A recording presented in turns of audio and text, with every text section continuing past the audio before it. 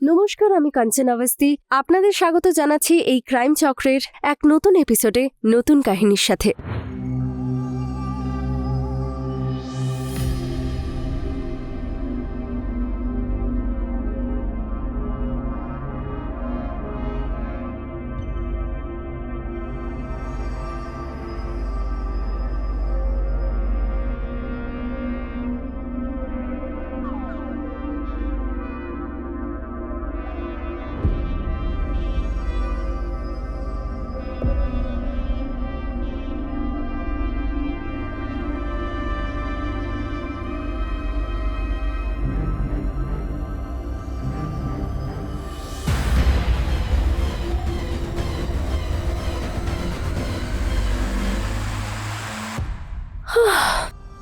Sheet, তুমি পাগল হয়ে গেছো নাকি?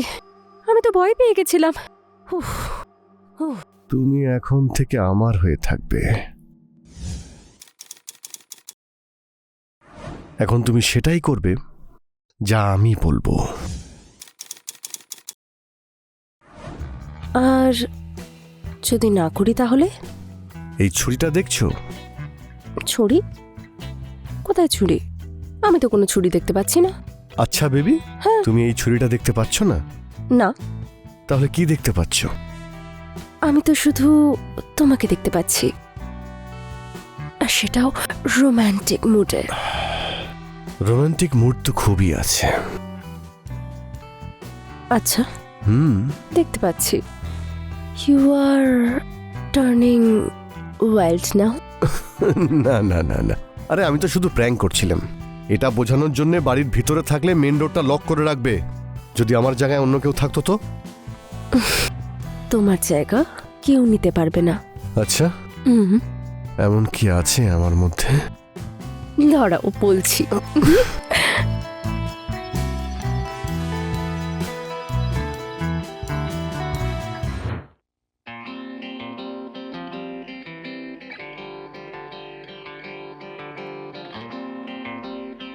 কোথায় আছে বলতো? এখানেই তো বলেছিল আমাদেরকে।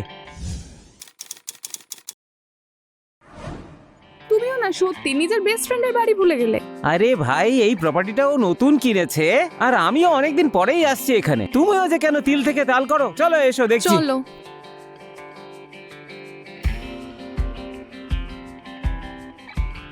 এই তো বাড়ি, এসো।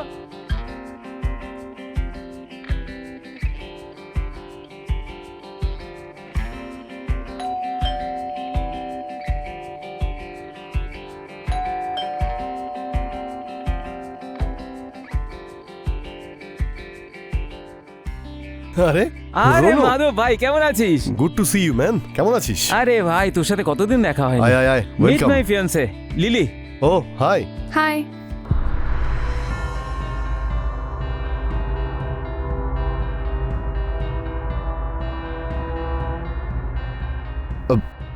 আরে আয়, আসুন আসুন।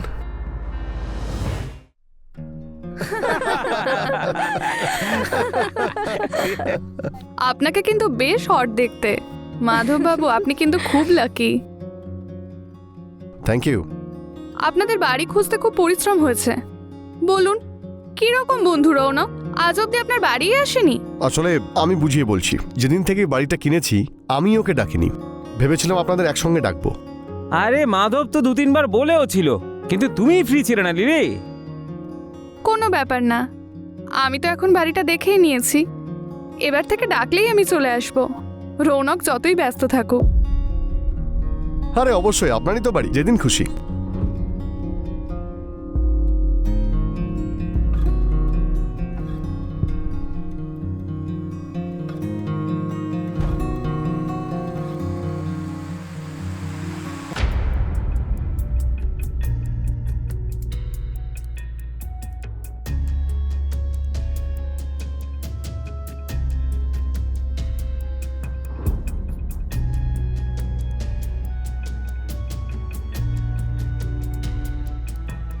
ও শিট! ও কি করছো বর্ষা? ও আই এম সরি, আমার জন্য তোমার ড্রেসটা পুরো ভিজে গেল। সরি। কোনো ব্যাপার না, আপনার কাছে তো অন্য ড্রেস থাকবে, আমি চেঞ্জ করে নিই। হ্যাঁ,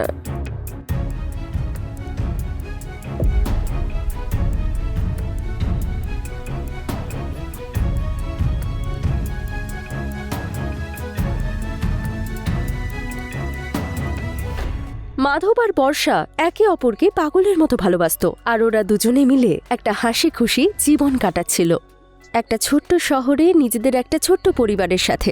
যদি একটা ভালো চাকরি থাকে আর জীবন এরকম আনন্দে কেটে যায়, তাহলে একজন মানুষের আর কী বা চাহিদা থাকতে পারে। লিলি আর রৌনকও একে অপরকে ভীষণ ভালোবাসতো, কিন্তু ওদের ভালোবাসায় সেই ব্যাপারটা ছিল না। লিলি হচ্ছে একজন জেদি হিংসুটে মেয়ে, যে সবসময় অন্য মানুষকে দেখে ইনফিরিয়ার ফিল করত, আর সেটার এফেক্ট রৌনক আর লিলির সম্পর্কে পরিষ্কার দেখা যেত।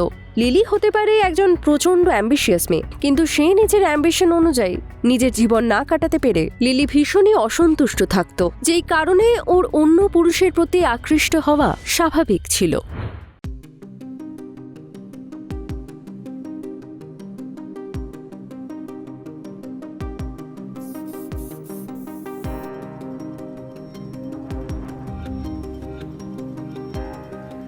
এত সকাল সকাল সেজে গুজে যাচ্ছটা কোথায়? হ্যাঁ, কোথাও না। আরে যদি কোথাও যাবেই না তাহলে এত সাজছো কেন? আমার ইচ্ছা, সাজার জন্য তোমাকে জিজ্ঞেস করতে হবে? আরে এত সকাল সকাল আমারই তো ডিস্টার্ব হচ্ছে নাকি? তোমার যে কি অসুবিধা জানি না, সকাল 10টা বাজে আর তুমি এখন ঘুমাবে। একবার দেখো আমার ড্রেসটা কেমন লাগছে।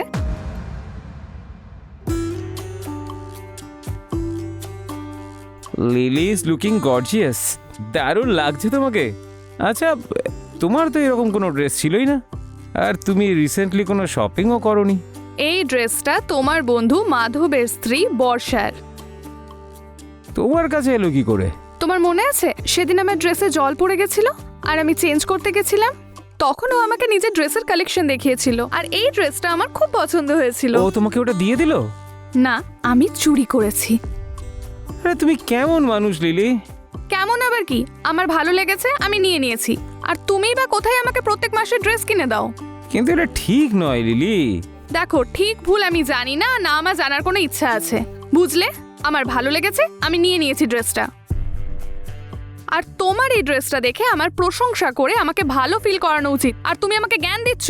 একটা কাজ করো, তুমি ঘুমিয়ে পড়ো, আমি চললাম। আরে আরে কোথায় যাচ্ছ তুমি? রাগ করলে তোমায় যা সেক্সি লাগে না। ছাড়ো, তুমি তুমি না আমাকে আপসেট করেই মজা পাও। তোমাকে শুধু আপসেট করে নয়, আপসেটের পরে তোমার মন ভালো করেই বেশি মজা হয়।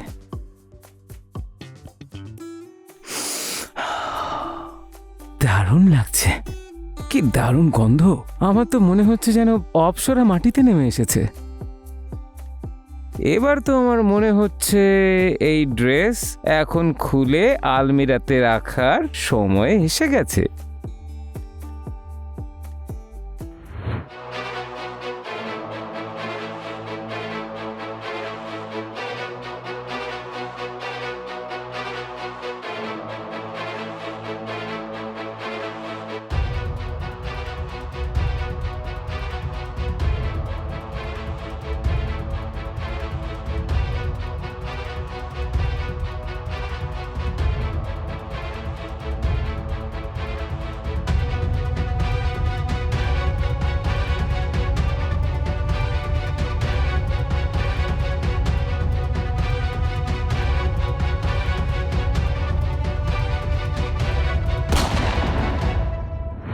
মাধব আর বর্ষার জীবনে সবকিছু ঠিকঠাকই চলছিল। লিলি আর রৌনকের জীবনও কাটছিল বেশ ভালোই। তখনই হঠাৎ একদিন রৌনককে রাস্তার ধারে একা চলতে দেখে অজ্ঞাত কিছু মানুষ তাকে গুলি মেরে মৃত্যুর মুখে ঠেলে দেয়। কে হতে পারে সেই ব্যক্তি? কার রৌনকের সাথে এমন শত্রুতা থাকতে পারে? আচ্ছা, রৌনকের জীবনে কি এমন কোনো অধ্যায় ছিল যেটা আর কেউ জানতো না? রৌনক যখন রাস্তার ধারে হাঁটছিল তখন ওর শরীরে এক অদ্ভুত বিরক্তির ছাপ দেখা যাচ্ছিল। রৌনক কি কোনো বিষয় নিয়ে খুব চিন্তিত ছিল যে তাকে ভেতরে ভেতরে শেষ করে দিচ্ছিল? এরকম অনেক প্রশ্নই ওই গুলির আওয়াজের মতোই আমাদের মনেও প্রভাব ফেলছে। আসুন দেখে নি আসলে কি হয়েছিল।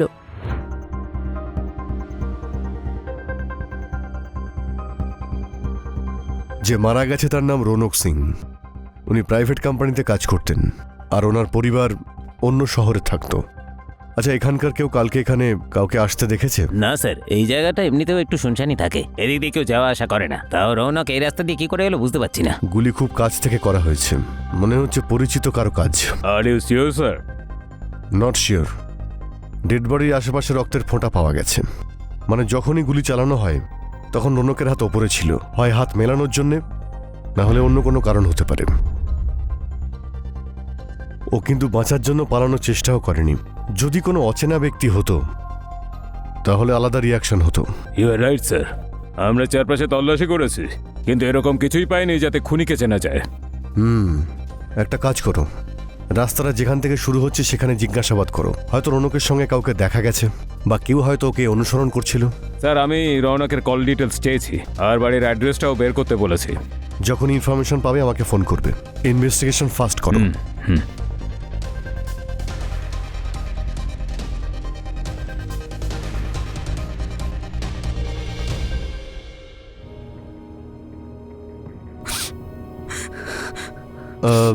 দেখুন, নিজেকে আপনি শান্ত করুন। আপনি কি বলবেন যে রৌনক আপনার কে ছিল? ও আমার হবু স্বামী ছিল স্যার। আমি ওকে নিজের স্বামীই মনে করতাম। আমাদের এনগেজমেন্টও হয়ে গেছিল। মানে বিয়ে হয়নি? না স্যার, 2-3 বছরের মধ্যে বিয়ে করে নিতাম। ও নিজের কেরিয়ার এস্টাবলিশ করতে চাইতো। ওনার সঙ্গে কারোর পুরনো শত্রুতা বা আপনি জানেন এরকম কেউ আছে যে ওকে মারতে চাইতো? না স্যার, ও খুব সহজ সরল মানুষ ছিল। ওর কারোর সঙ্গে কোনো শত্রুতা ছিল না। এরকম হলেও আমাকে নিশ্চয়ই বলতো।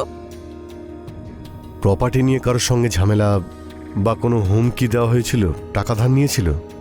তবে টাকার জন্যই কিন্তু এইসব ঘটনা ঘটে থাকে। না স্যার, এরকম কিচ্ছু ছিল না। আর থাকলেও আমার কোনো আইডিয়া নেই। আমি ক্লিয়ার কিছু বলতে পারবো না।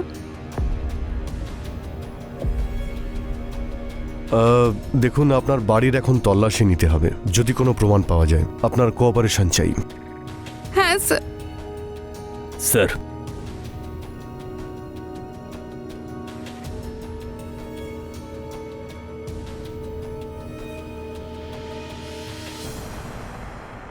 রৌনক একজন বড়ই সাধাসিধে মানুষ ছিল, যার সাথে কারুর কোনোদিনই শত্রুতা ছিল না।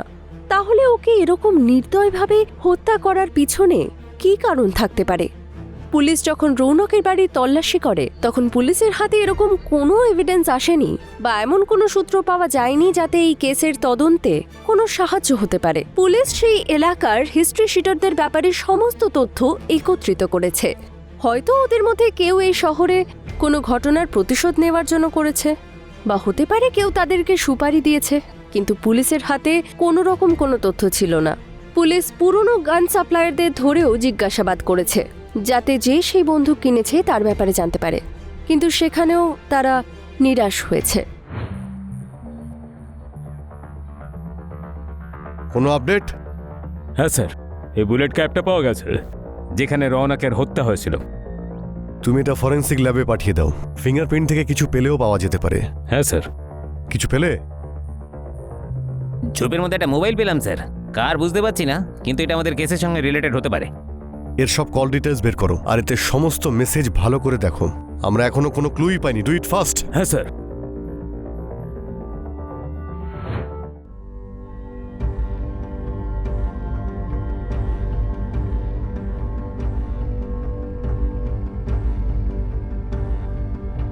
তুমি জানতে পেরেছ তোমার বন্ধু রৌনককে কেউ গুলি করে হত্যা করেছে?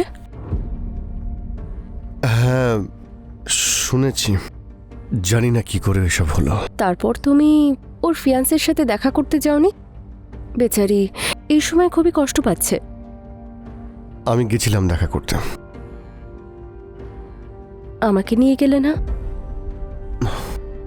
ভেবেছিলাম তোমাকে একবার ফোন করব, কিন্তু আমি ডিরেক্ট হঠাৎ করে চলেই গেলাম। তাই জন্য আর তোমাকে আমার বলা হয়নি।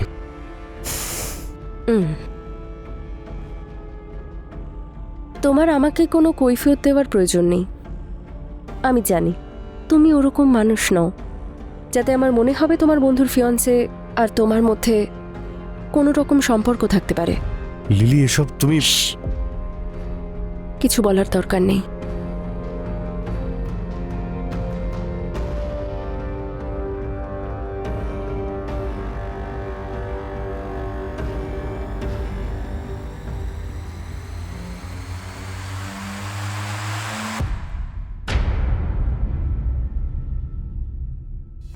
পুলিশ যখন মার্ডার স্পট আরও একবার তল্লাশি করে তখন তাদের হাতে আসে হত্যায় ব্যবহৃত বুলেট ক্যাপ আর একটা মোবাইল। ফরেন্সিক ল্যাব থেকে সেই বুলেটের উপর থাকা ফিঙ্গারপ্রিন্ট তো পাওয়া গেল, কিন্তু সেটা যার সাথে ম্যাচ হবে সেই খুনির সূত্র তো পাওয়া যায়নি।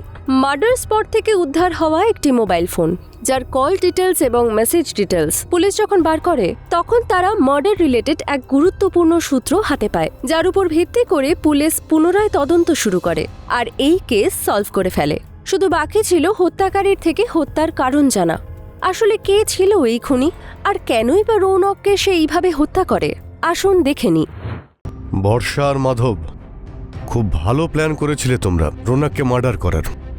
স্যার, আমরা কি করলাম? ম্যাডাম আপনি নয়, কিন্তু আপনার স্বামী মাধবী তো মেরেছে। মাধব কেন মারবে? মাধব আর রৌনক খুব ভালো বন্ধু। মাধব কেন রৌনককে মারতে যাবে? সেটা তো ওই বলতে পারবে ও রৌনককে কেন মেরেছে। চল বলা শুরু কর, বল।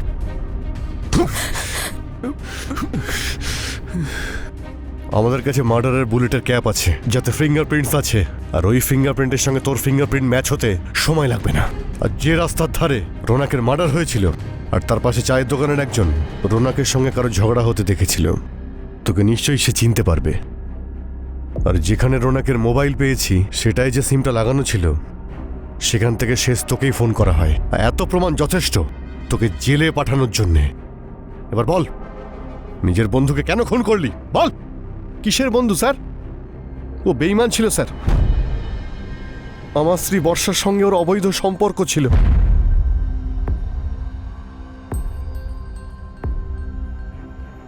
আমার বন্ধু আর আমার স্ত্রী মিলে আমার পিছনে ফষ্টি নষ্টি করত।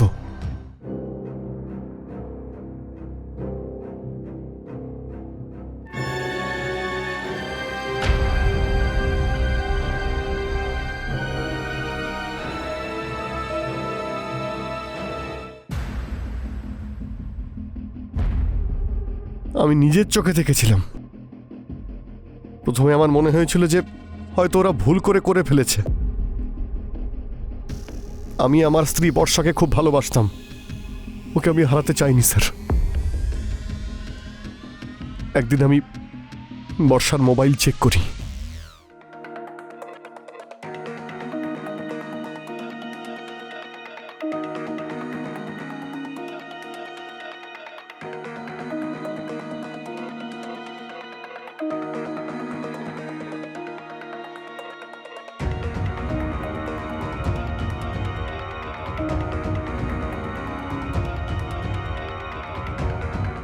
বর্ষা আর রৌনক পালিয়ে যাওয়ার প্ল্যান করেছিল। ও আমার সঙ্গে থাকতে চায়নি, কিন্তু এদের জন্য আমার আর লিলির জীবন শেষ হয়ে যাচ্ছিল স্যার। আমার মনে হয়েছিল আমি গিয়ে রৌনককে বুঝিয়ে বলি।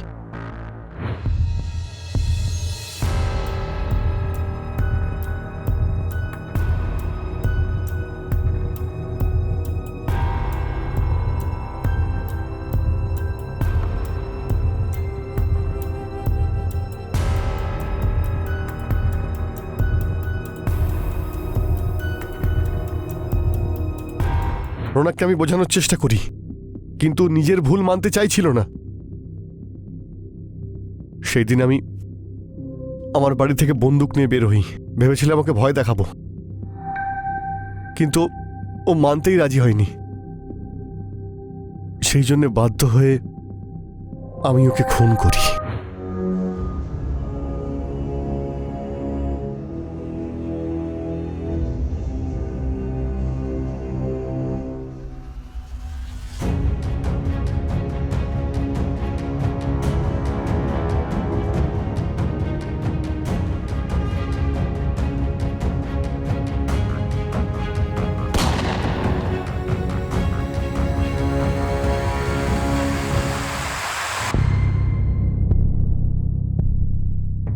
কিন্তু আপনি আইন নিজের হাতে নিয়ে ঠিক করেননি। আপনি এই সমস্যাটা কোর্টে গিয়ে সমাধান করতে পারতেন, বর্ষাকে ডিভোর্স দিয়ে নতুন জীবন শুরু করতেন। এবার আপনার সারাটা জীবন জেলে বসে কাটান।